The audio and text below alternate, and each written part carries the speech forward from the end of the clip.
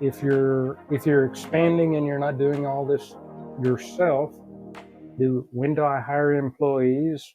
What are all the guidelines for hiring, keeping employees, which is probably another 10 episodes worth of running a business. Sure, I mean, that's very specific. You've got human resources, you've got state and local requirements, you've got ADA compliance issues. How do people with disabilities gain access if you have an office that they need to come to? Do you allow them to work from their own home?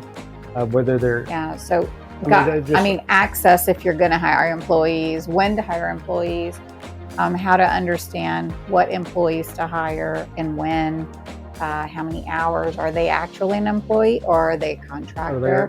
So you have all those considerations to think about. Or are you doing it all on your own? I mean, that is also what a lot of people do, at least to start out. And then as they have income coming in and they can afford to employ somebody, whether that is an actual employee of the company or whether it's a contractor that you have as needed. But if you're doing it all on your own and you're working out of your home office, do you allow the public to know where you're at? Do you allow customers to come into your home?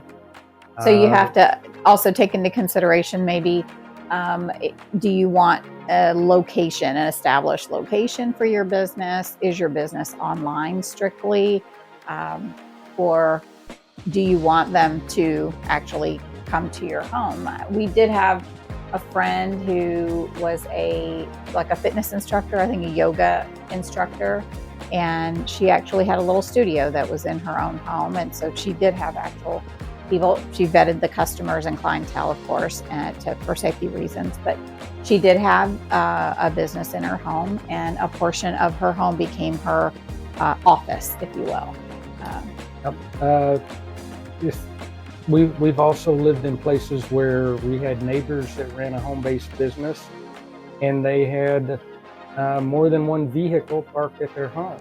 And local regulations may or may not allow you to have vehicles parked at your residence. If you live in an apartment complex or an HOA, there might be restrictions. There may be restrictions on parking those vehicles. So now you've got your catering business, you've got your trucks, you've done the wrap on the vehicles, everything looks beautiful.